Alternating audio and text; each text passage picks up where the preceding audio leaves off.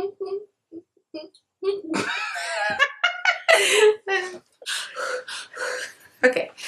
and we're back. Okay, let's jump right in.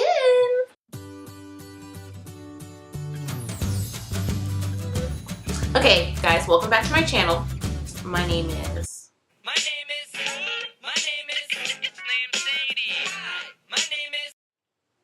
not Slim Shady. Okay. Welcome back to my channel. My name is Belle. This is my channel. It's Beauty Belle. And today we're going to talk about postpartum. Anything. Everything. I had my son like 5 months ago. So if you want to see my labor and delivery story, how I found out I was pregnant, you can see those down below. Today we're talking about 10 different things that they don't tell you about postpartum, or 10 things that I didn't know about postpartum. So I have my notes right here. If I look down, that's what I'm looking at. And then also at the end, I'm going to give you a little update about any symptoms I had after delivering, so postpartum symptoms. So just updates on me and what's going on. Alright, so the very first thing. Now, as soon as you have the baby, you think, okay, I have the baby, now I'm going to get cleaned up. They're going to take me to a new, nice, clean bed. And I can relax, whatever. No. I know you went through all this stress, but it doesn't end there. Disclaimer, all of this is what happened at my hospital in my experience. Everyone's experience is different, but this is what happened to me. So after you have the baby, then you got to stay in that room for like 2 hours. And you're sitting in blood. So yeah, after you've been sitting in blood for 2 hours, then they transfer you to a new room. And once you're in that room, you still get no relaxation because you get no privacy. There's always someone coming in to check you, always coming to give you medicine, check your vitals. There's always someone in and out of your room, and it's annoying. So don't expect any privacy because you won't get it. 2, if you are a mother that's planning to breastfeed, almost instantly when the baby comes out, they're going to try to latch the baby onto your nipple, whichever one or both or whatever, and try to start breastfeeding immediately. If you decide to breastfeed, you're going to do that throughout your visit at the hospital, however long you stay there. Breastfeeding, if you're planning to do it, if you're a first time mother, you don't really know what it entails or what you're expecting. It gets very real, okay? Breastfeeding is some very serious, insert your creative word right there. Yeah, so I'm going to do a whole separate video on breastfeeding, my breastfeeding journey and story, all that. But just know, that video is going to be something real. Alright, number 3. Now, if you've been watching my videos from the beginning, you probably have noticed, where's that girl's hairline?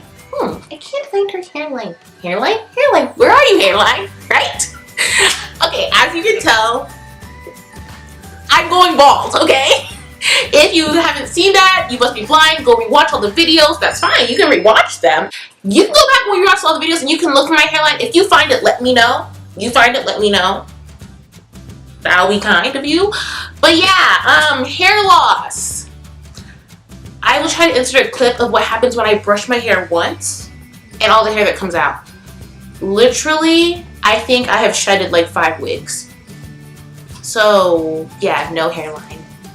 So if anyone can find it, just comment down below where you found it. Thank you. Number 4, your lady parts. They're probably thinking, what the heck is going to happen to my vagina? Okay, if you're uncomfortable with that word, you can just go ahead and exit this video. Hoo-ha. For me personally, I had to get 2 stitches. Some women get more. Some women have to be cut. I know, TMI. But yeah, I only got 2 stitches. But then, remember when I was going to the bathroom for the first time, I was wondering, I was like, man, what is that thick thing down there? Yeah, that's your lady bits. They are swollen. Okay? So yeah, what helped me a lot was these 2 things that they gave me in the hospital. This Dermaplast, it's a pain relieving spray, and this little squirt bottle from when I use the bathroom. It's hard to wipe at the beginning, so you can just squirt this just to clean yourself, whatever. I love these. Yeah, so they provide those in the hospital. I sure took whatever extras they had and brought them home. Number 5, we're going to talk about first pee, first bowel movement, first shower. All very scary things after labor. Now, almost instantly when you get to your new room, they make you pee because they want to measure your pee or whatever. It It's really not that bad. It's a little burny, a little stingy at first, but once you just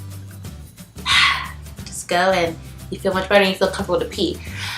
Showering, I wasn't sure, like, do I use soap? How do I use soap? What do I do? Literally, I went to the shower and sat on the little handicap like thing. Sat there and just did it, whatever. I felt great after that. Got all the gunk off, felt clean, fresh, whatever. Don't be scared, just do it.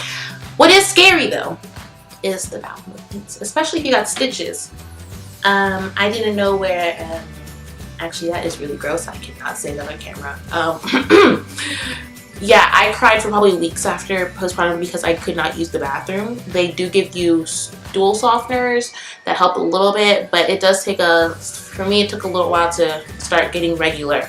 That really made me cry lots of days and nights. Number 6, I don't know if this is just me, but your girl was hot, sweaty, flashes of heat, hot, okay? So, I don't know, in the hospital, I literally felt like it was on 100 degrees. Everyone else was cold. They kept turning the air up, but I was really, really hot. 7. Now, typically, when you don't know when labor is going to happen unless you have an induction, so you don't really know when you're going to go into labor. So you could be in the middle of cooking and your water breaks. You could be taking a shower and your water breaks, whatever. For me, I like to be prepared for stuff, and let's just say on this day, my foot was in shambles and I was trying to get it together. Basically, you had to leave behind what you had to leave behind. When you get home from labor, you come home and realize everything that was just not together. You have all your loose ends everywhere and you got to tie them back up. Thankfully, I had both my godmothers here and they were getting stuff ready for me, getting the house clean, and I thank them so much for that. Shout out to Rachel and Jamie. So yeah, all your loose ends, find someone to take care of them because you can't, boo. So yeah, if you have a dog, find a sitter. You have other kids, find them a sitter. Do what you gotta do. Okay, 8. For me, for postpartum, we're talking about emotions. Now, they say your emotions run wild after your delivery, maybe also like how they run wild during pregnancy. That, for me, that's so true. When I came home, I was very emotional, very temperamental, very all over the place. It's very typical for women to experience baby blues. It's not like postpartum depression, it's like right before that.